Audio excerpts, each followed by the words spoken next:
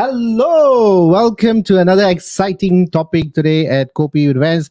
This is your host, Vance. That's right. And thank you to all the viewers. And also, we received a couple of messages. I'm going to read it on later that, hey, you got to do this topic during the festive season. We're going to eat all these favorite foods and sweets and all kind of stuff. But yes, it is very important for the month of November because it's the World Diabetes Day. But we are going to make it the whole month. That's a diabetics topic. So every Wednesday for the next 3 weeks, in fact, including today, will be all topic that is related to diabetes. And today we have an amazing speaker who's going to join us very shortly. He's just at the backstage. He'll be joining us in a couple of minutes. But before that, I'm just going to read up this because I think it's very important that during the festive season or non-festive season, I think we all need to practice and follow this very religiously. Because if we don't, unfortunately, we will be a victim for that. All right. Eventually. All right. So World Diabetes Day, all right, was created in 1991 by the International Diabetes Federation of the World Health Organizations in response to growing concern about the escalating health threat poses by diabetes. And even in Singapore, if you look at it, even our PM also has mentioned this a couple of times, that the cases rising up in diabetes is very high because of the food, because of drinks. So there's a lot of things has been changing, but eventually more exposures and awareness must be given to all the members or even to all the public as well. So diabetes became an official United Nations Day in 2006. It is marked every year on the 14th November, the birthday of the Sri Frederick Bentinck, who is the co-discovered insulin along with Charles Bass in 1992. So the largest diabetes awareness campaign reaching a world audience over 1 billion people in 60 countries. All right. If you notice that it is everybody, I think we should, right? Our friends or families, everybody, somehow rather have diabetes, right? In most of the households. And in conjunction with the World Diabetes Day, Kopi events has been dedicated, like I said, for the entire month. And we'll be sharing a lot of stuff about diabetes and diabetes care. And we have planned up an exciting line for this topic to come by. All right. Tonight, which is the first line of the series. And I'm very honored and proud to have the founder and principal dietitian at Eat Right, Derek Ong. So Derek Ong is going to come up. I think I will do this basic introduction about him himself because I think his introduction is quite big. But let me just read it up about him. Derek Ong is the founder and the principal dietitian at Eat Right. Amazing person. I just get to know him maybe a week less. Right? We shared a lot of stuff within this short period of time, and I think we get along very well. So it's going to be an exciting topic. So if you're watching this, viewers, please do share and like it so that more people and more family members and friends can join us. So talking a little bit of Derek. So he's graduated with Bachelor of Nutrition and Dietetics honors at Aikin University, Melbourne, as well in Singapore, where he's a member of the Singapore Nutrition and Dietetics Association, all right? And he's been practicing it over for 13 years. And healthcare institutions, and Eat Right is in his private practice as well. So later I'm going to show his website address, which is over here right now. I'm going to bring it up in a while, right? And talking about that, he's also into health issues, which are also scientifically based. He loves eating good food and believes in having a balanced approach. And some exciting topics going to come along the way, right? Some questions for him and involving a healthy relationship with the foods and one's body image. This is an amazing guy. He does a lot of stuff. So let's invite Derek on board. Hey, Derek Ong, how are you there? Good. Hi, Vance. Thank you for joining me in Kopi events. No worries. Thanks for having me on this show. So how's your day been, Derek? Okay, good. It's just been busy with work and so also went to the gym. Yeah. Okay. And just had dinner. Yeah. So it's been a full day for me here. Okay. And despite your having a tight schedule, you actually have allocated this precious 1 hour of your time. So I'm really humbled and thank you so much, Derek. No worries. Thanks. Derek, today's topic, if you look at it, I think is very, very, I got to say it's a very interesting topic because every one of us love food. But unfortunately, a lot of us falls under the victim. Most to the diabetes because of these cases that increasing even in worldwide, right? And clearing doubts on food and diabetes is the topic today. Before we Yeah. even start up, I just got Yeah. one question for you, Derek. I mean, this is we Yeah. never even discussed this at all. Yeah. Sure. What makes you be a dietitian? I mean, that's very important. I mean, I have asked this all my speakers, especially to Sure. doctors. Why not a doctor? Why not an engineer? Or why not a pilot? Why a dietitian, Yeah. Derek? So, yeah. So just to let you know, so dietetics was actually my second career. So I had a first career, um, in the corporate world, actually in Singapore Airlines, where I was doing more corporate and work and marketing. And so I guess at the end of my stint in the corporate world, I decided, was this gonna what I'm gonna do with the rest of my life? And I guess the answer was no. And I guess I just needed like a career change and doing something I'm really passionate about. So a couple of things: I'm passionate about health, about keeping fit, healthy, eating well. And the other thing is like I enjoy talking. I enjoy talking to people. I enjoy educating people, and so I think the two things I think kind of led me to a career in dietetics. Yeah, to be a dietitian, to be able in a position to influence and educate people on what's the best way to eat to manage their chronic health conditions, as well as to prevent further problems down the road. I'm a firm believer that of prevention rather than cure. Yeah, so actually, if you're eating right, you can actually prevent a lot of these diseases down the road. Yeah, so that's where I'm coming from as a dietitian. Yeah. Thank you, Derek. And we often also hear this, right? What you eat is what you are.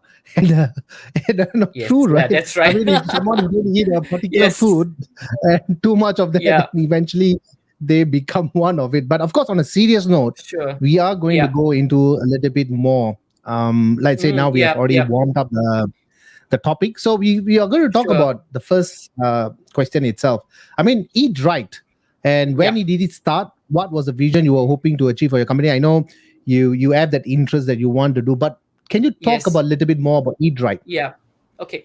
So Eat Right, we started in 2013. Yeah. So we've been running for about 8 years now, and the reason why I started Eat Right was as in private practice was to be able to reach out to people, across the board. Most people would access a dietitian through a certain healthcare institution. They go to polyclinic and then get referred. They go to hospital, get referred, which is fine. But I felt that I just want to create another avenue where people can access dietitian services, um, without necessarily going through another healthcare pathway. Yeah, so we've got so we see our private practice patients that way. And also I was wanted to kind of do a bit of outreach in terms of education. So at Eat Right, we do a lot of educational talks to corporates and then to public as well, on a wide variety of topics. So I mean, in this period, we're talking about nutrition and immunity for COVID, and then or we talk about things like good food, a good mood. Okay, because mental wellness is a very very big issue. So we wanted to reach out to the the in terms of outreach to the bigger population in Singapore and beyond as well. And so that was the vision behind Eat Right, and really providing scientific and practical solutions to individuals and groups, and then and to the general public as well. Yeah. So that's Thank you, yeah, Derek. that was the motivation there. Yeah. Thank you so much again, because you probably hear this very often. I'm going to thank you so much. Yeah. Yeah. Thank you, the word so much. But very interesting. You said something about the food that you eat actually creates a mood and kind of stuff, Yeah. right? Yes. I Yes. have a friend who's been eating a particular kind of food. I mean, soya products and tofu and all that. And Yeah. apparently, that person actually falls under some kind of a low mood and kind of stuff. But the person actually quite smart enough to understand that, hey, Mm, you know what, probably I'm eating that, and that is why I'm having this kind of mood, rather mm, natural food mood and answer. So she had actually stopped that, and then find mm. that the thing actually became so much better in terms of the mood. So I totally agree with you on what you said there. Yeah.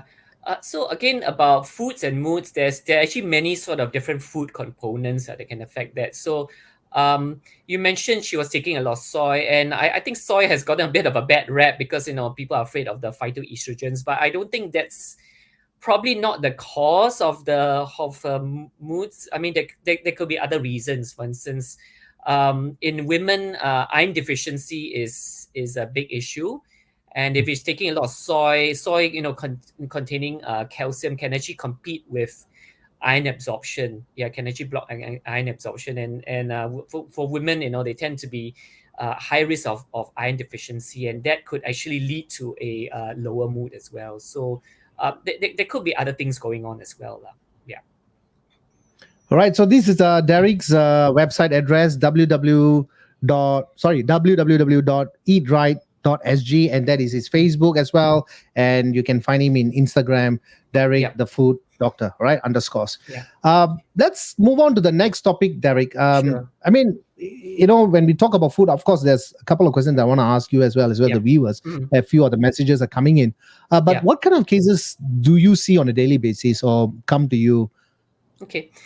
So the large proportion of cases that come to see me, the people come to see me, usually will have some kind of chronic health condition, which is they belongs to a category of diseases. We call it the metabolic syndrome. So this is people who are overweight or obese, and who may also have high cholesterol, high blood pressure, and it also possibly high blood sugar, which is diabetes. So these kinds of patients are the ones that contribute most to my client pool.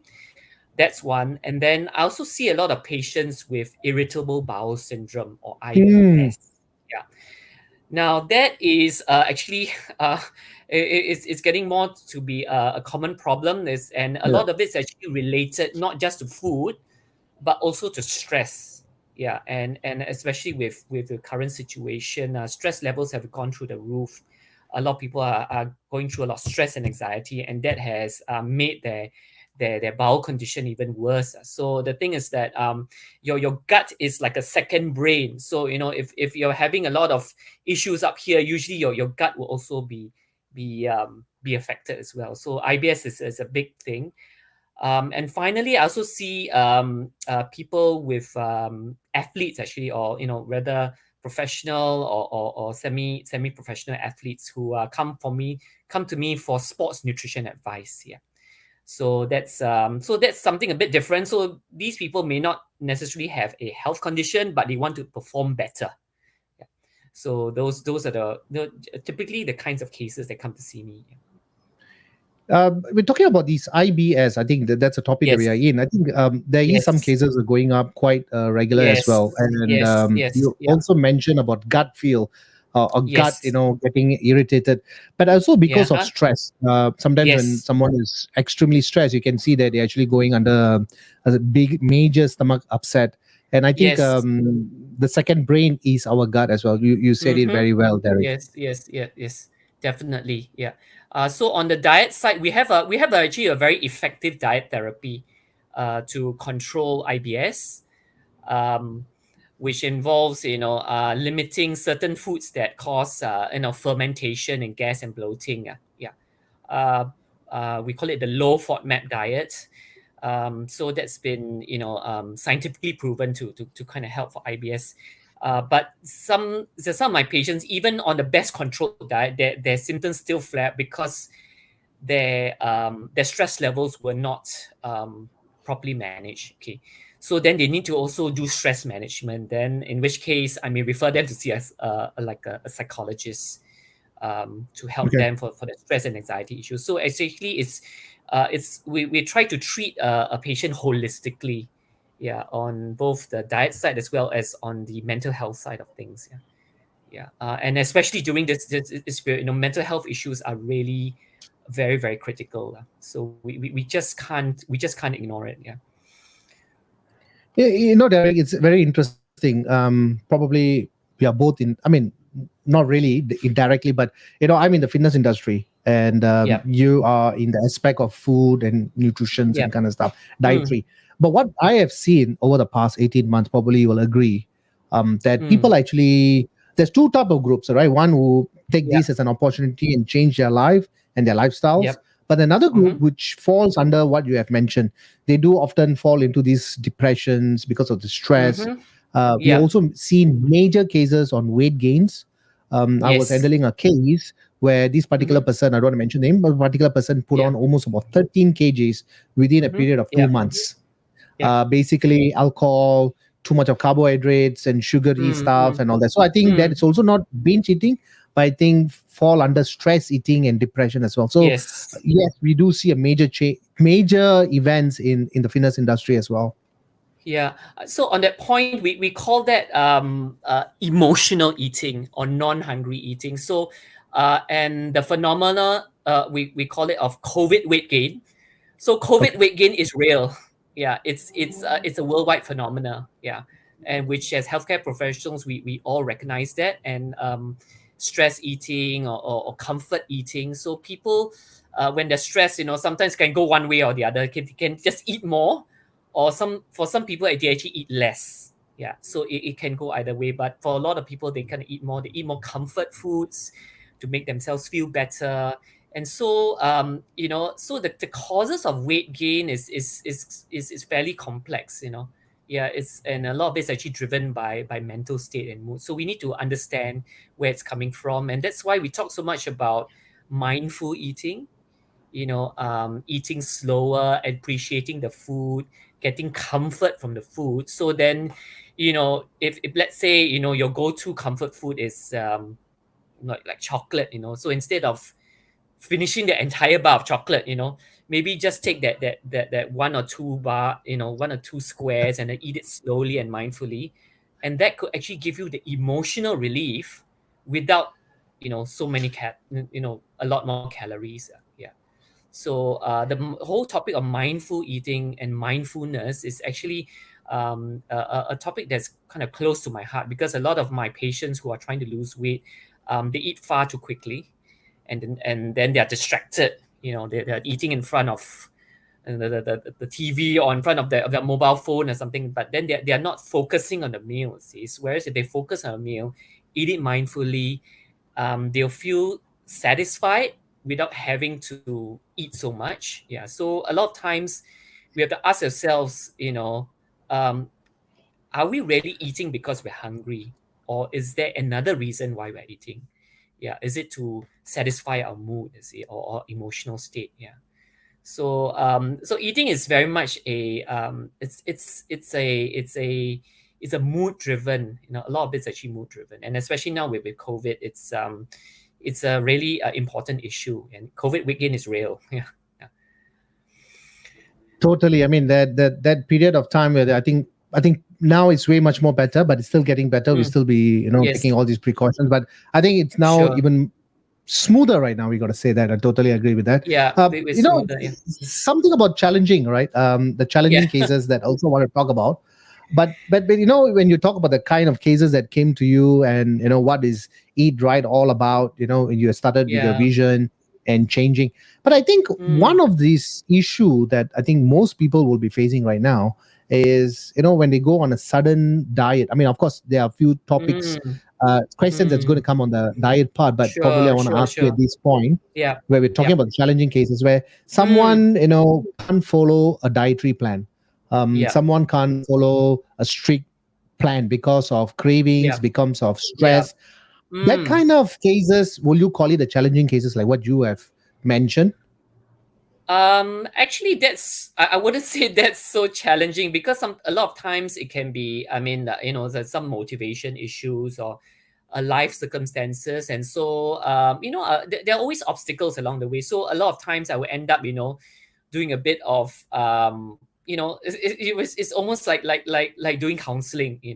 I will kind of ask, what's the motivation um for wanting to change a certain eating behavior. So the important thing is people need to know why they are doing something, and it has to be a compelling reason. Yeah. So I remember, like, years ago when I was still working in the healthcare system, in the public healthcare system. There was one of my patients. He came in, and then, his blood test results, weren't very good. See, I think he had quite a number of issues with his, with cholesterol, high blood pressure. And the first thing he said when he came in, he said, "I want to be able to to see my daughter, or walk my daughter down the aisle at her wedding." So for that was his compelling reason for wanting to do a lifestyle change. Yeah. That he wanted to live long enough to be able to see his daughter get married, and actually, walk the daughter down the aisle. So at the end of the day, I think it's about having goals, and asking yourself, why are you doing something? Why do you want to, why do you want to change your lifestyle? Why do you want to lose 10 kilos? What's the reason for it? So a lot of times I ask my patients for their motivation, why they want to do it, you see. Because if they can't find the motivation, or is it because my doctor asked me to, or because my wife asked me to do this, then I would say the patient won't be able to sustain. It'll be very, very difficult. It'll be really difficult for the patient to actually go through with the dietary changes. And right now, what I do with my patients is that I don't actually set goals for them, but I ask them, what do you think you can do?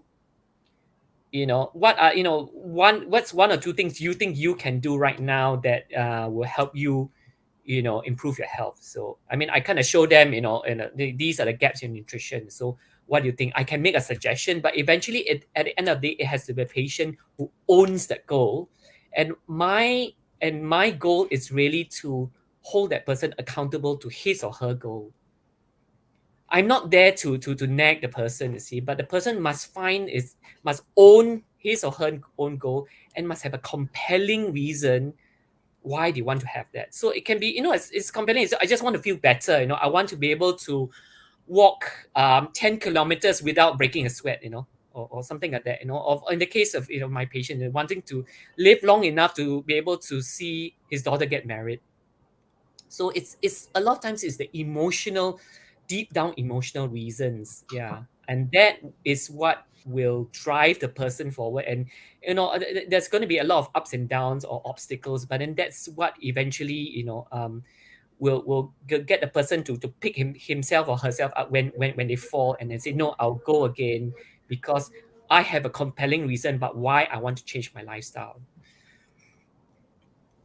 And when we talk about these challenging that cases that you mentioned, we also do understand that when someone doesn't follow a good dietary plan, or even for the Yeah. matter of not following their own basal metabolism rate, all right, or if Yeah. they don't Yeah. even know the calculation. But Yeah. basically, Yeah. what happens is that once you gain that particular weight, then Mm-hmm. it stays with them for the rest of their life, unless it's a deficit.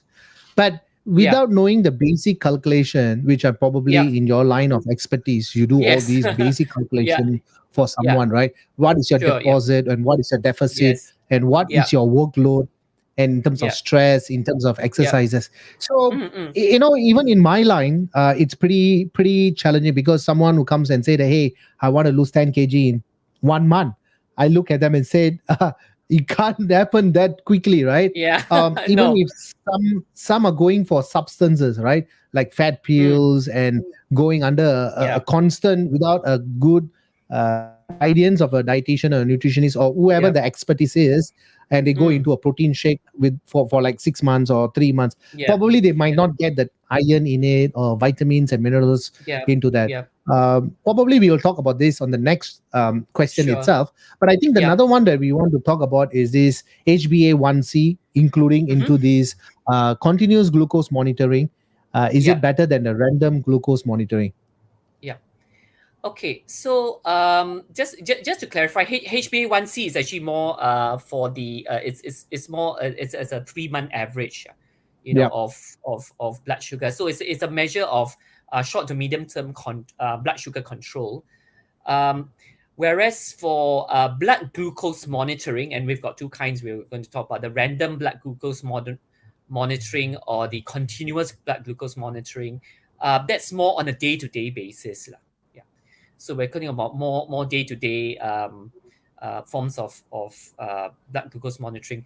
So for people who are living with diabetes, we encourage them to take their blood sugars on a regular basis, and it really depends on how well controlled their diabetes is.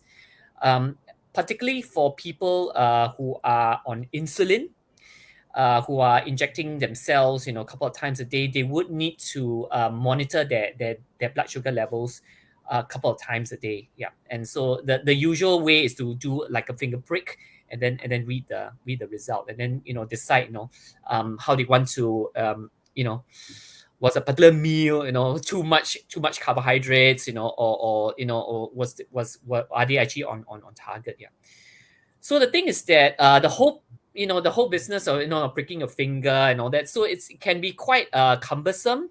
Yeah. And not everyone likes to be like pricked like 6-7 times a day, and so I would say probably continuous blood glucose monitoring is probably a better way to go, because you've got a sensor that's fixed to a certain part of your body, and then they can actually measure your blood sugar levels across the whole day without necessarily having to prick yourself so many times. And so I think that gives good data and feedback to see where your highs and lows are. Yeah. So for good blood glucose control, we don't want to have too many, we call it excursions. Okay. You don't want to have your blood sugar too high or too low. You don't want to have so too high we call it hyperglycemia, and too low we call it hypoglycemia. Yeah. Yeah. Neither is good. So you want to have your blood sugar levels within a certain range. See, because too high and too low, that is that then that's not actually optimal. Because too low, you can run the risk of fainting, dizziness, and too high will eventually you damage your the cells in your body, and that's not good either. Yeah. So I'd say probably continuous blood glucose monitoring is the way to go. And it's actually very it's actually very convenient now with technology. You can use health apps to go and help you to go and track your blood sugar levels, and it can give you detail, and then we can show it to your dietitian or doctor and say, okay, so we see that in your blood sugar tends to be higher at this particular time. Um, Dinner, for instance, after dinner, 2 hours of dinner, and is there some way perhaps we can lower the carb load in the dinner, so that it doesn't exceed that range? You see, so then it gives us good data to do some form of adjustments to the diet. Okay, or perhaps the blood sugars tend to be very very low because you didn't eat before you went for exercise, and then you actually had a hypo. Then that gives us a indication. Maybe you do need to eat at least something small, a carbohydrate snack before you go exercise, so that you don't end up getting a hypo. Yeah. So I would say yes, it is the way to go. And also very important, right, Derek? I mean, someone who's going to start exercising, especially nowadays, Yeah. everybody become Yes. so fitness focused, right? Everybody is starting to Yes. run That's or right. biking. Yeah, Yeah. which is a good thing, right? We have never seen this before in the past 2 or 3 or 4 decades. Never been, right? But COVID Yeah. is it's something that brought some lights to some really switch off the lights and make them dark. But in the positive side, when we look at it, people tend to take life and they take charge of their life and they do a lot of Mm-hmm. stuff for Yeah. themselves. Yes. But Yeah. again, what happens is that they, without checking with a doctor or without a dietitian, they jump into a certain kind of dietary program, and then Mm-hmm. they see Yes. whether they read Yeah. it from some Google or some news or friends say that, Yeah. hey, do this. And suddenly, they lose weight too fast, which they're not supposed to Mm. be. And then they Yeah. fall into some kind of vitamins or minerals deficiency, or then Deficiency. it Yeah. will become Yeah. a problem, right? Mm-hmm. So, Yeah. thanks for that. Also, we're talking about this continuous glucose monitoring system, and I think this is the topic that we all want to know about, right? From toddler all the way up to where we are right now. We've been eating potatoes, rice, noodles, and suddenly now we say, "Oh, you can't eat this, you can't eat that. You need to go on low carbohydrates. You can't do this. No, you have that." So we do see a sequence of pattern that is happening. If you don't Mm. control Yeah. your Yeah. dietary in the 30s and 40s, or even as early Mm. as 20s, Mm-hmm. you fall under pre-diabetes, right? Because of Yeah. your HbA1c shows that it's very high in the past three Yeah. months. You have abused your system in your Mm. pancreas and your endocrine Yeah. system, or even when you look at the insulin. So where we are Yes. right now, when we talk about avoid sugary drinks, avoid foods that contain high carbs. So what is this all about, Derek? Yeah. So I think it's well meaning, and then the issue is really is about the amount of carbohydrate, okay, and the type or the quality of carbohydrate. So the amount of carbohydrates. So carbohydrates, there are different sorts. So there's the starches. Okay, so you've got like like the grain foods like like rice, noodles, and bread, and then you've got the sugars. Which are in things like fruits. And then of course your cakes, confectionery items. So now we talk about total amount of carbohydrates. So where diabetes is concerned, we're actually a bit more relaxed now. We do allow a certain amount of sugary foods and drinks, provided they don't, we kind of limit the frequency. Yeah. And then we have a particular guideline say no more than probably like 10%, 5 to 10% of your total calories should be from added sugar. Okay, so we do have a guideline, but we do have an allowance. Okay, so and we recognize that food has a role to play in mental health. Okay, so people eat foods to make themselves feel better. Okay, like we talk about this emotional eating. There's nothing wrong with that. Yeah.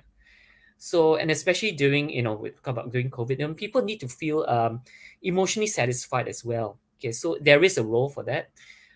So that's one thing about sugary foods. Yes, we do allow it up to a certain point. Yeah, but I think more important is talking about the also about the quality of the carbohydrates. Yeah, so the quality of carbohydrates. Uh, it's is it highly processed, or is there more like whole grains? What are the other nutrients you can get along with the carbohydrate foods? Yep. So that's why we are focusing a lot on low GI foods and whole grains, because they contain other vitamins and minerals, and then they don't cause such a big spike in blood sugars as well. So there is a role definitely for carbohydrates. We shouldn't be going all low carb and no carb, because we need carbohydrates. Your brain needs glucose to function. Yeah, we can't just totally cut it all out. See, so I think going that will you would end up like mentioned, having a lot of nutrition deficiencies. Yeah. Um. Uh. Of course, low carb diets, they do work for a while. That's the scientific evidence. But if you don't do it correctly, if you end up being very unbalanced, then you could have other consequences as well. Yeah. Derek, I think this is quite a sensitive statement, but I will still mention that. Sure. Yeah. According to me, I find that sugar is very addictive. I will explain to you Hmm. why in a moment. I Yeah. mean, everybody will agree to that. But I Yeah. also feel that sugar is a kind of a drug, because I will explain to you why am I linking these two. I have Mm. a particular a person who's going through a training program. Every Uh-huh. night after his wife has been deep sleeps, he go to Mm. the refrigerator, he take out Mm. this a particular bar and he eats Mm-hmm. it, right? Mm. And that Okay. particular bar has almost close to 18 to 25 grams of sugar, and he admits that. All right, Yep. every Okay. night he has that, Mm. and his Mm. wife keeps counting for it, and he gets scolding in the morning, Okay. and then he say he won't Sure. repeat that. Sure. But this is what's happening Uh. every night, and do not know Yeah. why the Yeah. pattern only happens at night, because then only he's feeling so relaxed, and then he can sleep. I've told him many times, but looks like there's some kind of an addiction that has happened to him. He must have that sugar in him Mm. so that he can go to Mm. bed. And we know that what sugar can actually does, and I mean, I'm also a chocolate lover. Everybody's a chocolate lover to a certain extent, but if you Yeah. Yeah. abuse Yeah. it gets into an addiction pattern and a habit, and then it can't be changed. What is your take on that? So I would say, yes. I mean, it's not just sugar. People can be addicted to to all sorts of things, like caffeine. Some people can't function without their coffee, and then Yep, then it becomes it becomes a substance addiction, just like addiction.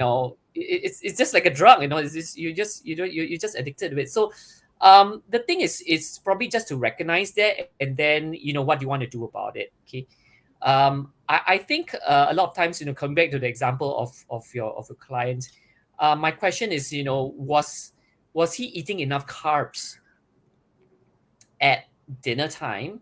Yeah, because what I find that this has happened before, like some of my patients say, oh, I don't want to eat so much carbs, especially at night, because I'm afraid it will make me fat. I'm not going to do anything after this, so I don't need I don't know where to go and burn them. So they deliberately kind of cut out the carbs. But then the thing is, then later on, the body still craves carbohydrates, okay, because you've used carbohydrates throughout the day, and all that, and then so there is a craving for carbohydrate in a different format, which is sugar, as opposed to starch. See, yeah. So one way or the other, the body will still it will still crave for what it needs and what it wants, see, which is carbohydrates. See, so carbohydrates are not evil. See, sugar is not evil. It's just that there's carbohydrates is one form. There's the starchy forms, and then then and there's the sugary forms. See, so one way or the other, the body will get what it needs. See. So I mean, I'm not sure. See, did he deliberately cut carbohydrates? Because but then the thing is that I find that happens. There's a lot of my patients say, oh, I don't take carbs, but then after that, but I need to have 1 pint of ice cream after that. They don't eat the rice, but then they eat the sugary, high fat, high sugar, and then wonder why they never lose weight. So the issue is not about the Yeah. carbs, it's about the quality of carbs. If they actually ate like the brown rice, for instance, there's low GI, that actually make them full, then they wouldn't crave that so much of the ice cream. You see, so I think people have gotten a wrong idea about carbs, and sugar, and seeing it in a proper perspective, and there are different kinds of carbs, low GI, high GI carbs. You see. So if we try to take more of the low GI carbs, so these are carbs that are more slowly digested, doesn't cause such a big spike in blood sugar, and it's more, your blood sugar rises slowly and comes down slowly, and then you wouldn't have those kinds of cravings. You see, yeah. So I think it's about education, about choosing the right kinds of carbs. It's not about cutting carbs totally.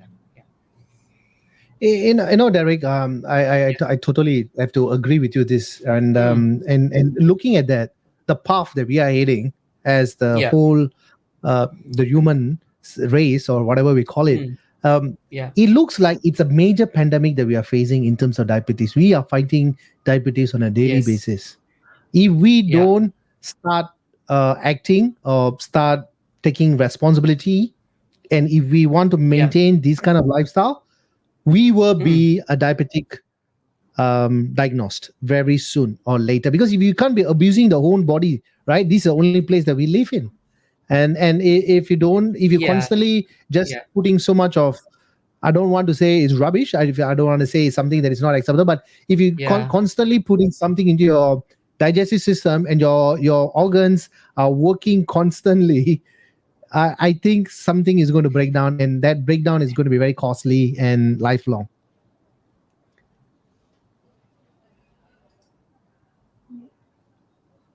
Sorry, Derek, I And lost also you. have to Yeah. consider what is the social. Yeah. Uh, yeah. So I totally agree with that. In terms of dangers of getting diabetes, but at the same time, also have to consider what is the social situation of the person.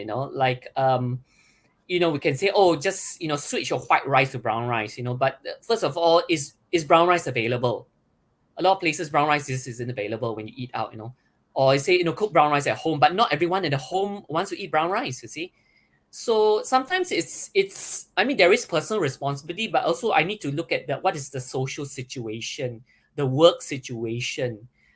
Can the person easily access this healthier food? So it's about making the healthier choice the easier choice. Unfortunately, a lot of times, you know, people know what they should be eating, but they don't because there is an access issue, or they don't like the way it is being presented. For instance, like vegetables, we keep on nagging on, you should eat more vegetables, eat 2 servings of fruits and vegetables. But if it's not presented in a way that is palatable or attractive, people won't eat it. Yeah. So the thing is, as a lot of my dietary advice, I have to find out what is what is a dietary preference of the person? Is that favorite foods, or certain kinds of foods, like certain kind of vegetables he or she wouldn't eat. So I have to work along that. Personal preferences as well, a work situation, family situation. Yeah, and then I make a dietary recommendation from there. So sometimes it's not so straightforward. Yeah. Back in the days, Derek, I think we are Yeah. talking about at least about 100 years back. We are talking about Yeah. 1900s, our grandfathers and Yeah. grandmothers and Mm, forefathers yeah. worked very hard, right? There wasn't Yes. much of Yeah. a elevator or escalators. So No, probably no. whatever they eat, these carbohydrates, I think they literally burn them Yep. off.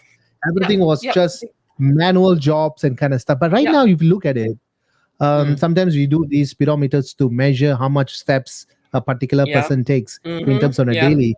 Yeah. Unfortunately, at this current era, especially during this period of time, this particular person only taking 2,000 steps a day, which means they're not going Yeah. out because of the Yeah. restrictions and quite particular about the COVID Work from 19. home So and the all that. steps have Yeah. been reduced. Yeah. Yeah, Yeah.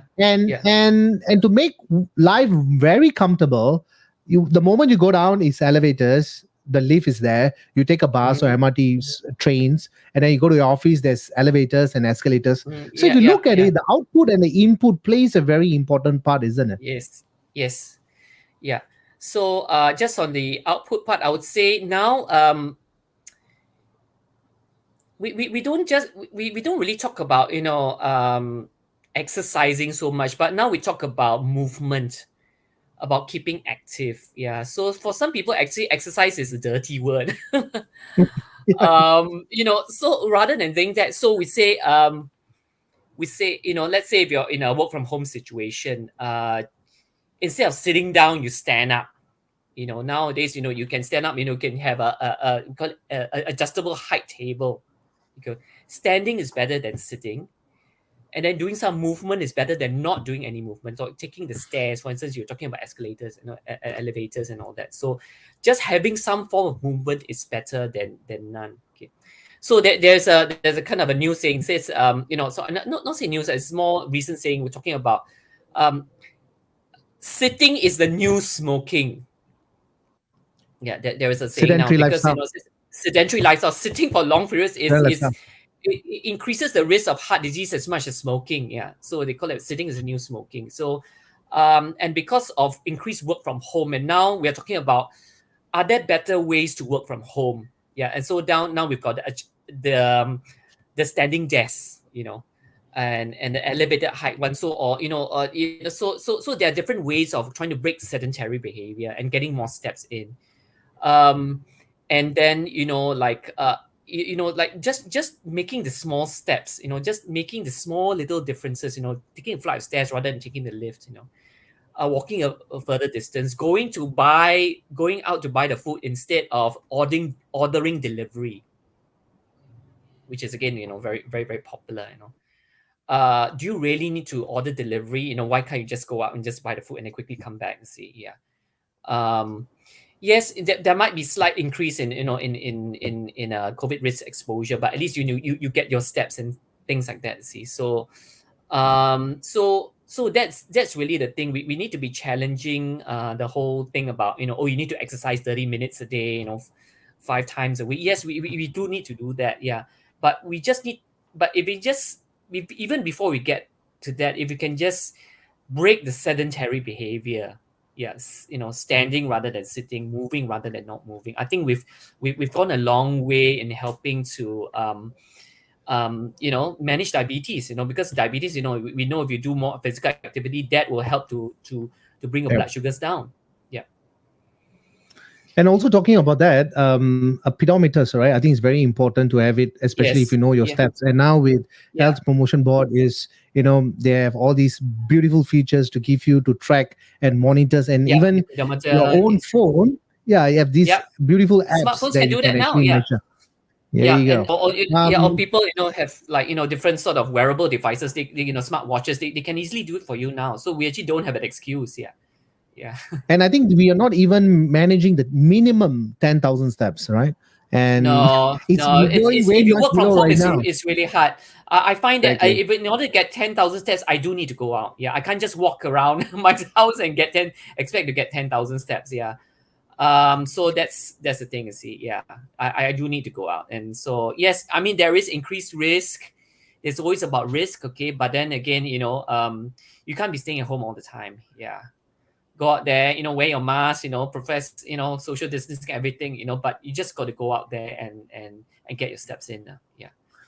This is the new norm that we have to live on. So we got Yes. to take Yeah. all precautions, especially Yes. at this point of time. I think all the designated travel lanes are all opening up. Things are getting, Yeah. so we still have to be responsible. So agree with Yes. you on Yes. that. Yeah. The next thing that we're going to dive into, and recently I did a media interview as well, talking Mm. about dietary plans. Not really into diving into that, but it's more on Yeah. exercise based. Yeah. There's so much of diet that's going on. We got Mm. under a person's name diet. We don't want to mention the names, but that person names, everybody who comes up with a new diet, probably in Yeah. the next couple of months, you will say Vance water diet, or drink Yeah. water for 15 days and you look, Yeah. it's so much of theories and practicals are going on. I'm not sure about in terms of research has been done, but Yeah. with so much of things that somebody is doing it and then somebody recommends to someone and then a Yeah. person does it, things can go wrong to the other Mm. direction. But one of the things that we always hear is this intermittent fasting that help me to control Mm. my diabetes or Yeah. reverse my Yeah. pre-diabetes. But what we talked about earlier is hypoglycemia. Without a dietitian or without an endocrinologist or even an expert or even a doctor, Yeah. if Yeah. someone does this on their own without a basic calculation or without basic monitoring, Yeah. even Yeah. when we talk about the glucose monitoring system as well, Mm. what will happen, Derek? What are we heading to in terms of intermittent fasting right now? Yeah. So I know. So the science behind intermittent fasting actually was more for weight loss. So intermittent fasting is basically a way to control your total calorie intake. Either by limiting the window in which you eat, or only eating, or eating very little calories on alternate days of the week. Yeah. And there are many forms of intermittent fasting. Yeah. So the thing is that the research out there showing that yes, intermittent fasting can help to lower blood sugar levels, decrease waist circumference, but a lot of that is due to the fact that you're reducing the amount of total calories, and then you get weight loss. And we know that weight loss, if for a person who's overweight or obese, does bring down blood sugar levels. It increases insulin sensitivity. Yeah. So it seems to work, but it comes with a lot of caveats. Yeah. So if a person is on medications that already are lowering their blood sugar levels, or their insulin, which is even more tricky, if you want to do intermittent fasting, I would suggest you speak to your doctor and a dietitian first to see how you can adjust your medications or your insulin regime, so that you don't fall into what you call a hypoglycemia situation. Yeah. So the blood sugar level becomes too low, which is not good. And then that can lead to, like fainting spells, and all kinds of kinds of situation. And the blood sugar level is too low, again, eventually can lead to coma and death, you see. Yeah. So you want to avoid that. Yeah. On the other hand as well, some people, when they break their fast, some of them actually eat a lot, and then what happens is they over consume and they consume too much carbohydrates, and then the blood sugar level shoots up, and then you have another problem called hyperglycemia. Blood sugar levels get too high. Yeah. So remember what we are saying. You want to have a good blood sugar control within a certain band. You don't want to have too high or too low. Because either too high will damage your blood cells, your body, and then too low will lead to hypoglycemia, which can lead, to can be potentially fatal as well. See, so those are the things, with intermittent fasting, that if you're considering intermittent fasting to manage diabetes, you really have to kind of have a chat with a healthcare professional. Yeah. Yeah. And to perhaps And adjust medication, adjust insulin regimes. Yeah. and also for those who are in the diabetics as well, I think it's very Yeah. important that before exercising, it's always very crucial to get a doctor's green light first before they Yes. can start Yeah. exercising, because they got to adjust their Yeah. medication accordingly It's- to their output. yes. And if not, Yeah. like what Derek has just mentioned, it could be a diabetic coma, or it can fall under a lot of other different direction that it can go into. Yes. Yeah. All right, Eric. We are going into the next part of the question. I think we are almost coming to the a couple of few more down here. I Yeah. mean, we also hear about this Mediterranean diet. Also, is there a role for that in the diabetes or the pre-diabetes? Yeah. Yeah. So again, a lot of good research showing a Mediterranean diet, which is high in fruits, vegetables, whole grains, and fish and seafood, and then and pretty much pretty low on like the red meat and sweets and like processed foods is a good diet to help manage weight and manage blood glucose levels. And also it's diet that's pretty high in, we call it the good fat, monounsaturated fat from olive Yeah. oil, for instance. So that's been shown to be, yes, there is a role for that. Plant-based diets as well has been shown, because plant-based diets are um, they they're very high in fiber, and we know fiber helps to control blood sugars very well. Yeah, and then also you get a lot of vitamins, minerals, a lot of antioxidants from plant-based foods. Yeah, provided it's not the processed kind of plant-based foods. Okay, like for instance, like potato chips, but you're actually eating like a potato salad, for instance. You see, so there is definitely a role for that as well. Yeah, so there is no one size fits all when it comes to diabetes or pre-diabetes management. Yeah, so we no longer talk about a one size fits all. So they all work, and a lot of it's actually driven by different sort of genetics as well. And even when we talk about our most common staple food, the rice and noodles, Yeah. um, it's just one handful of both left and right, huge Yeah. make a difference, right? When we talk about basmati rice and Yeah. jasmine, I mean, a Just particular yeah, normal white rice, white right? If you rice. look Yeah. at the Yeah. number of calories, there's a huge difference between 234 calories, somewhere around there, to versus Yeah. to 400 over. So there is a huge jump within the same quantity as well, but just because of the different aspect of the content. Yes. So whole grain foods. So for instance, like brown rice will actually, for the same amount of brown rice, as opposed to white rice, the brown rice actually has got slightly higher calories. But that's actually coming from actually the other components of the whole grain. So which is the germ and the bran, which are higher in some of the essential fats. Yeah. So there is a slight increase in the calories. But having said that, the nutrition profile overall is better than taking white rice. Yeah.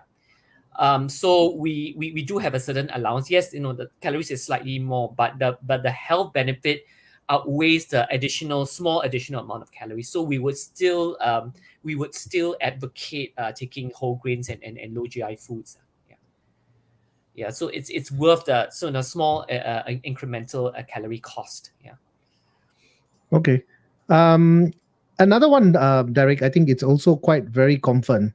Often Yeah. that we talk about, that you want to cut down your carbohydrates and kind of stuff. But before Yeah. we even jump into that, I think these are the Yeah. three local favorites. That the first one Yeah. we are looking at. I Yeah. have tried Yeah. once the mala Mm. sing gao. I got to 香锅 say it's very 麻辣 spicy. 香 What 锅 yeah Xinhua? Yeah, yeah Xinhua. Sorry. 香 But 锅 how yeah do you, yeah is yeah it your favorite as well? Yeah, I've eaten it before. I mean, it really depends on what you're choosing. So I noticed you can actually choose a lot of vegetables in there. Yeah, which is nice. Mhm. There's a lot of fiber. And then you can choose your meats, but then you got to choose the meats that leaner and not the fatty meats, and then the and rather and also and not the processed meats, rather taking like things like sausages and luncheon meat, having the real meat so there's just lower in sodium and saturated fat so I think that could work. High fiber, good quality protein, some carbs you can put in, some noodles in there. My only issue is probably there's a sauce and the amount of oil that's in there. So mala xiangguo, you do need to eat. You need to use quite a bit of oil and the sauce, so which can be high sodium, and then the types of oil could be high in saturated fat. So I think that's something to take note of. So if you do want, if you do enjoy mala xiangguo, then choose more vegetables, the lean meats, and then also maybe less of the sauce and the oil. Yeah. then I think it should be fine. It's actually pretty balanced. Yeah. And another one we are looking at is, of course, the famous ayam penyet, uh, Yes. Yeah. which you can also see, in a way Yes. that we Yes. also talk about Yeah. chicken Yeah. rice. Yeah. Yeah. But this is, of Okay. course, coming from our Malay community, which is, of course, we all Yes. love our Asian Yes. culture Yes. food. So, what is Yes. Yes. your Yes. what is your take on this? Okay, so ayam penyet is pretty high in calories because of the deep frying of the main component here, which is actually the chicken. As you notice, it's deep fried and smashed. Okay, that's why it called ayam penyet. You see, it's kind of smash it. So that is kind of difficult to kind of work around unless you kind of remove the skin and just eat the meat, or just eat a little bit of skin. The rest of the components, the rice is white, and then you rarely get brown rice in in ayam penyet. It rarely happens. So you just have to eat it, and no choice. But and on a better side of things, you do have a few cucumbers, so you get some fiber there. And then you have the tauhu, which is it's a bit it's a bit fried as well. Yeah. So I think protein wise, I think you get good quality protein, some carbs, but it tends to be high fat. So I would say that it is possible to eat it.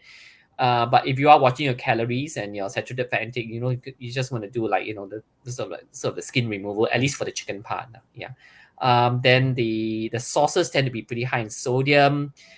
Just a little bit of chili sauce, just give a bit of flavor. That lime that they can you can squeeze. Usually we squeeze the lime on top of the chicken, yeah. But actually, if you squeeze the lime on top of the rice, um, that can actually lower the glycemic index of the rice. Yeah, when we make something more acidic, the GI actually drops. Yeah. So that's one way, to kind of lower the GI of the white rice, to Yep. squeeze the lime onto the rice. Yeah, yeah. I know it's not conventional. Yeah, but it's one way to kind of get around that. Yeah, Definitely, Derek, that tip will be very useful for people who are going to eat yeah, ayam penyet from now onwards. yeah. You can see Okay. everybody squeezing their lime over the rice, right? I Oh, mean, the there's a rice. well Yeah, said that. Yeah. Thank you. That the next one we are going yeah. to go, which is quite common for students, and not only for students right now, adults also having See, for that. adults And as well. Yeah, bubble tea. Yeah, yeah. constantly there's a new trend also coming up, a different tea and different that, with Yes, yes, yeah, we don't even know how much of sugar content is there in it. But what is yes, your take yeah, in yeah, this? yeah. So again, it's one of those comfort drinks. So the comfort foods, the comfort beverages, which a lot of my patients do eat that, and it's, take that as usually after lunch. They want to have a bubble tea. I'd say so. First of all, watch the sugar content. Okay. Nowadays, you can vary the sugar content. Like 25%, 50%, 75%, 100%. So if possible, probably go for 25, max 50. If you can go zero, that's great, but a lot of people can't stick to zero. Yeah, I do know of one bubble tea brand, which offers bubble tea that's actually flavored with stevia. Yeah, I won't mention that brand. Okay. But there are, there are ways, to kind of reduce the sugar. The other thing is the calories from the pearls. Okay, so pearls will be sweetened. So unfortunately, there's no way around it. I don't think you can get unsweetened pearls. Yeah, so that will add carbs. And then the other thing is the milk. If possible, if available, to ask for low fat milk. Yeah, so at least you can reduce some of the calories from the saturated fat in there. Yeah. So yeah, so there are ways to kind of get around that. To be fair, tea, you've got, there's some health benefits in the green tea, red tea. There's some antioxidants there, but I think it's the added sugar and fat, um, which is a problem for some people. Yeah. And I think, Derek, I missed out one of the slides. I think I should have placed that slide. I mean, I could just couldn't. Okay. I just think about it right now. I'm not sure if Uh-huh. you can guess what slide that can be your favorite food for most Singaporeans. Uh, that's a mee goreng. Okay. Mee goreng. Mee goreng. Yeah, Okay. so we Yes. should put that as well. So that it's a multicultural here. We are talking about the Chinese, Yes. the Malay, the Yes. Indian, right? So yeah, what is your take on Yeah. Yeah. those like the noodles, the mee goreng? Yeah, okay. So mee goreng, so it's they make it from the yellow noodles. You know, we call it Hokkien noodles, yellow noodles. So that tends to be very high GI. Yeah. And then of course you got the added oil. You know, which may not be the healthiest. You know, depending on where you go. So I would say, if possible, you can switch to a bee hoon goreng. Sorry. Yeah. So bee hoon or rice vermicelli actually has a lower GI than the yellow noodle. Yeah. So that's one swap. And then the oil you can't really change unless you go to a hawker store that uses healthier oil. Yeah. So that's one thing, and it really depends on the portion of the carbs it gives it. There's some places, you know, they give a very huge portion of the noodles. Then you can ask, you know, for less noodles. Some places, I mean, the amount of protein there, you know, it depends on how much egg they put in there. You can want to top it out with egg, you know, if you're a bit more protein conscious, you want to, you know, you're doing some resistance training, you want to bump up a bit of the protein there, then you could probably do that. Yeah. Yeah. So I'd say probably, you know, so unfortunately the mee goreng itself may not be the best. Mee hoon goreng may be an alternative. Yeah. From a GI perspective. Yeah. We are also talking about in terms of nutritional value, Yes. and another part we're also going to talk about these saturated Yeah. and unsaturated fat. So we got so much Yeah. of stress looking for food, or whether is Yes. it saturated or unsaturated, does it Yeah. have Yeah. nutrition value, or is it Yeah. something that we are eating for hunger or whether for nutrition? So I think we can understand all of us love food Yes. I mean Yes. everybody, right? Yeah. Yes. But Singaporeans, we love unfortunately, yeah. Yeah. yeah, but if I take that, the fish soup, or maybe possibility the sodium is high, or if I'm going to eat that that it's saturated fat or unsaturated fat. So you see, it's constantly very stressful, and because of that, the cholesterol also can go up as well, rise up as well. The sugar can rise up as well. So huge, Yeah. huge challenges even when we talk about food as well. But Derek, there's a lot of influencers right now talking about these particular bowls.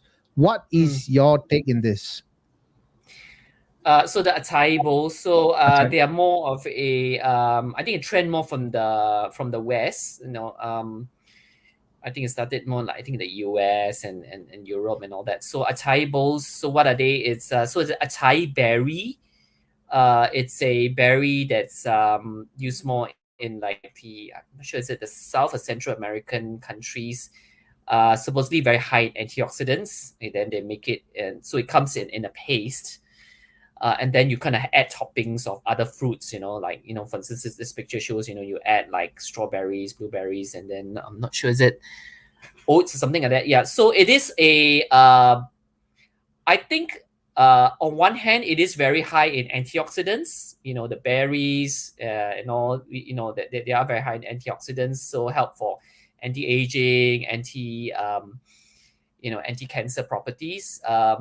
But the thing is that it's all carbs actually. I mean, the carb load is actually pretty high for this. Yeah.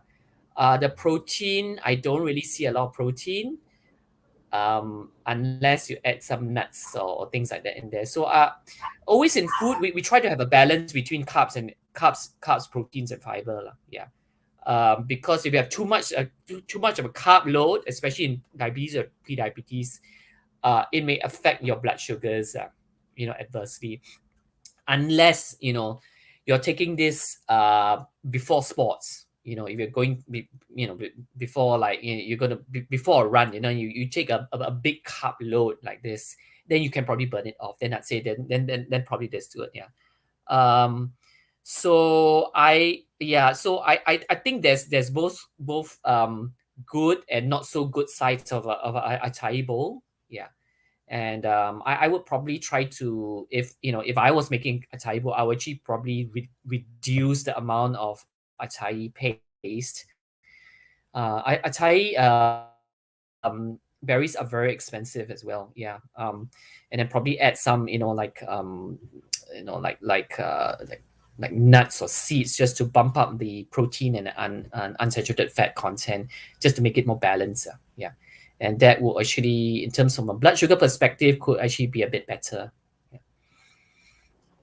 Thank you, Derek. Thank you for that. And we also know that Yeah. today is the eve of Deepavali coming up. Yeah. So, we know that all these are one of the challenges that everyone will have it, Yeah. especially the Indian Mm. community as well. The Yeah. Yeah. murukus, the sweets, and all Yeah. The those stuff that you can ladu. Yeah. see here. Yeah. Yeah. Yeah. Mm. Yeah, but Derek, I got to tell you that these are just the starters. They're not the Yes. finale or this the Yeah. last. Yeah. And along the way, there's Yeah. constantly eating because in the Indian Yes. society, right? If you go Yep. to Yep. someone's house and if Yep. you refuse their drinks or food or whatever, they'll get Yep. offended because they say, "Oh, you're not, Sure. Sure. you maybe you're not like it." Yep. So, what Yep. what Yep. is your suggestion or what is your recommendation, Derek? Yeah. So I would say just choose one item. I mean, like say a snack, like of a sweet or like the ladu or whatever, and then take that one and then eat it slowly and mindfully and enjoy that. Yeah. And then actually you can actually kind of get away with less calories, but you're actually seen to be social. Yeah. And then you can also get some form of emotional satisfaction from just eating one thing, you see. And then if I offered something else, yeah, have a small portion, eat it mindfully, slowly, and then you can stop there. Yeah. So I would say that the strategy is just eat one thing, one portion of one thing, or two things, and then be done with it. That's one. The other thing is about beverages. Yeah. So again, there's additional calories from sweetened drinks. So if possible, ask for the lower sugar or the no added sugar drinks. Water or fruit infused water. Some of the diet soft drinks and stuff like that. Yeah. So that will help to sort of reduce some of the calories from drinks. So it is possible still to do health festive eating in a healthier way lah. Yeah, without And offending and the host. And even if you look at the food, right? I mean, we don't talk Yeah, about a particular culture group, sure. Yeah, even when we travel, the yeah. the most of the time that after a meal, Mm-hmm. we always go for dessert, right? Probably like I Yes, mentioned yes. earlier, probably we already had a very high carbohydrates meal like a Yeah, pasta yeah, or yeah. Yeah, rice yeah, yeah, or yep, yep, noodles. yep. And then within the next 30 minutes or 15 minutes, we have a dessert. So what Yeah. basically is happening into our system right now? We are abusing it. What is the take for dessert? Why is that we must have a dessert at the end of the session? I mean, at the end of the meal. It's a lot of it's actually culture. Yeah. So like you want to have a sweet ending to the meal. Yeah. So you have a dessert. So you start savory and then you end sweet now. So it's to kind of bring some kind of variety and flavor. So I don't think there's anything wrong with that. Yeah. But then from blood sugar control and the carbohydrate portion control, then you want to think about maybe the main meal I can take less of the carbohydrate foods, maybe taking less of the rice or the staple there, the potatoes, and then reserving some for the dessert. Then help to kind of balance it out. Yeah. So for those who are trying to control blood sugar levels lah, yeah, then say kind of ration your carbs out across the main meal and then the dessert. So have a bit of allowance there. Yeah. Thank you, Derek. I will try this for this festive season. I myself, Yes. I will try it Yeah. and then I will message you. But Sure. And yeah. like I said, it's also depends on your cravings. It depends on your Yeah. discipline and Yeah. whether is that particular extra sweet or the extra food, do I need it? I mean, that's Yeah. always that one should be Yeah. always be responsible for. Sure. And remember mindful eating. Eat it slowly. Enjoy. So you can just be satisfied rather than taking three of the sweets. Just take one. You see. Yeah. So and then you can enjoy your treats without feeling guilty. Yeah. Yeah. And Derek, I think we are coming to the last part of the segment at Kopi Events, Mm-hmm. and Yeah. which is before I even take that question, I do know that you are actually a participant with the Men on Singapore Yes. 2021. Yes. Yeah. Wow. Yeah. So you want to talk about this experience a bit? I mean, how are you prepared? When is the finals? Yeah. How exciting it is? So yeah, I mean it's pretty exciting journey so far. We've got a very wide variety of different contestants from different backgrounds, different ethnic groups. So So it's exciting. So one of the reasons why I joined as well is to kind of be an example for men in their 40s to to show that it's possible to still look good, with proper diet and exercise and good skincare. And the other thing is also raising awareness about mental health issues for men particularly.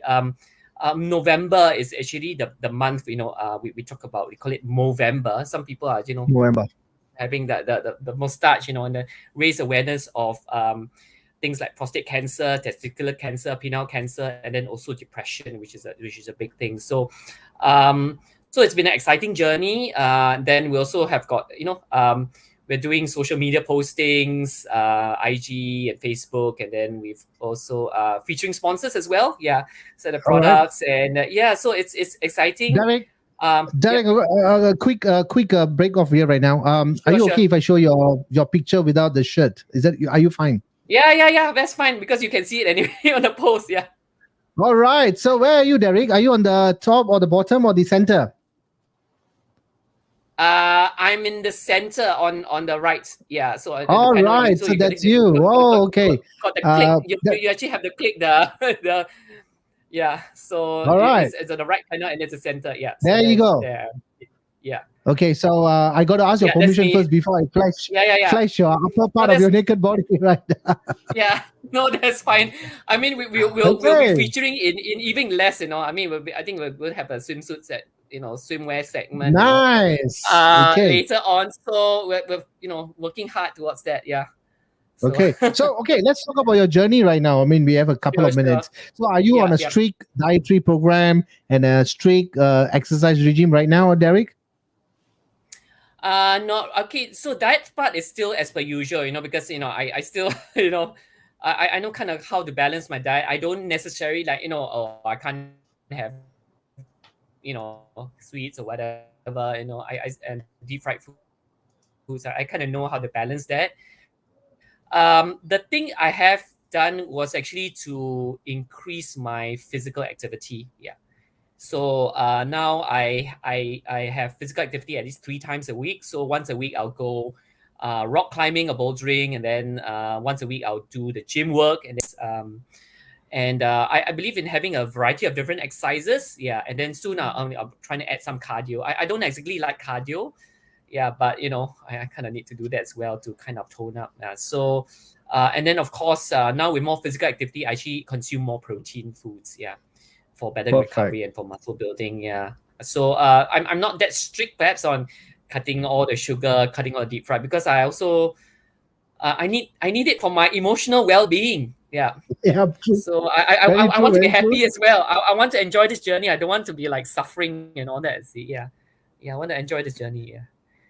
So, we're definitely going to take this offline. And then probably I'm going to Sure. suggest you some of the exercise program to get even more ripped. Sure. Just be preparing you for your finals, which is we wish Yeah. you all the best. And Yeah.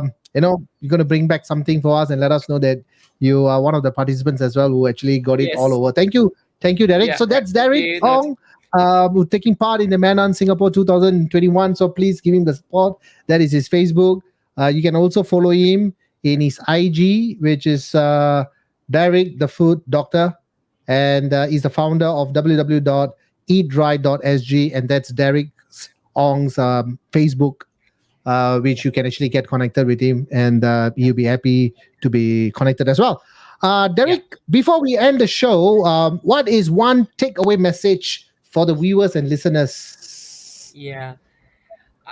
I know it sounds a bit blasé, but it's about having a good balance in life. So and in terms of nutrition, we talk about having a balance, a lot of balance, variety, and moderation. Yeah, having balance of all different food groups, having a variety of different foods, um, because there's different nutrients, and then having it all foods in moderation. And the same thing for exercise as well. Not doing just one kind of exercise and having resistance and cardio and different sort of exercise to, and then having a balance also in your mental well-being.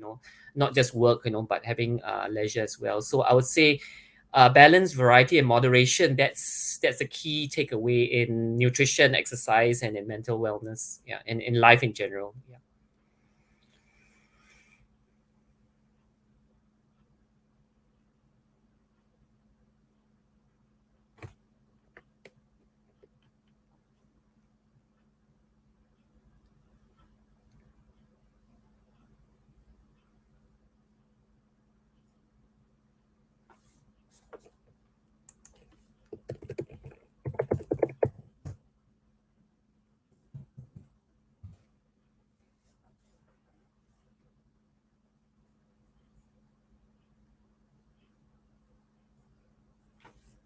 Sorry, Vance, I can't hear you. Oh, sorry, Derek. Okay. Yeah, So yeah, yeah. thank you so much for joining us at Kopi Sure, sure. Events. And Yeah, it's definitely a very great experiences for you to come on mm, board. We yeah, talked about this for about 1 hour, but I think we have now reached yeah, to 1 hour and 21 minutes. yeah, When we talk about dietary, it's always very deep, right? I mean, we yeah, talked about pre-diabetes, we talk about diabetes, we talk about the food. And mm, I think the real pandemic right now we are facing is all along is the diabetes as well and other illnesses as well. So I yes, think it is very yes, yeah, fruitful. You actually shine the light mm, on these topics, and hopefully, a lot yeah, of people share this video and get more enlightened for this sure. topic as well. Yeah. So I just one last point is about diabetes and COVID. So we find that it's very important to get diabetes under control, because we found that if you catch COVID and then have diabetes, that actually can increase the risk of not doing well, not recovering well from COVID. So it is still important. Yeah. Thank you, Derek. We're definitely going to get in touch with this, and Sure. it's my great pleasure to have you on the show for the past Same here, 1 hour, Vance. 20 Yeah. minutes. Yeah. Thank you, Derek. So we'll stay Thank connected, you. and Sure. we'll catch up very soon. Thank Sure. you, Derek. Okay. Thanks, Bye Vance. bye. Thanks, everyone. Yeah. Bye. So that's Derek Ong, the dietitian of Eat Right, and he's the founder as well. It was a great session today. I mean, I really enjoy every Kopi events because I'm polishing up myself. I'm learning something new from the speakers. So I do hope our listeners and viewers out there taking back something. And I think it's just about informations and awareness and exposures at Kopi events where we talked about all kind of topics. And as I mentioned earlier, the month of November is World Diabetes Day, but we are dedicating it for the entire month. And a lot of great speakers are coming on board with the different topics as well. And I think it's going to be a very fruitful month. So if you are following Kopi events, please do share this to your family members and friends so that more will be understanding about these informations as well. As I think one of the biggest and a big problem to come by, I think, is diabetes. I think if you don't start controlling food, if you don't have a certain kind of a discipline, and like what our great dietitian Derek Gong has mentioned, it's all about lifestyle. All right. If every meal I want to have that particular sugar, if everything that we want to drink is sugary, if everything that we want to eat is a little more comfort food, right? Eventually it will give you uncomfort situations. So you rather do some basic modifications right now. You start right now, it's never late, rather than starting later after the symptom comes in. So it is a real pandemic as well, diabetes. And we are going to touch base more on this topic in the next coming 3 weeks at Kopi with Fans. So, yes, it's time for me to say sayonara. And we wish all our Indian viewers and listeners a happy Tibawali. Enjoy your holidays and eat wisely. Try to drink lesser alcohol, lesser sugar, and lesser carbohydrates. All right. If you do need more informations, or if you want to get into Derek, so you can actually look him up at this information I just mentioned here, www.eatdry.sg. That is Derek Ong's website address. And you can also follow him up at facebook.com, derek.ong.169. And IG will be at Derek underscore the underscore food underscore doctor.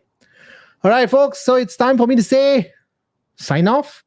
And I'll catch you soon next Wednesday at 9 p.m. Till then, this is Kopi with Vance.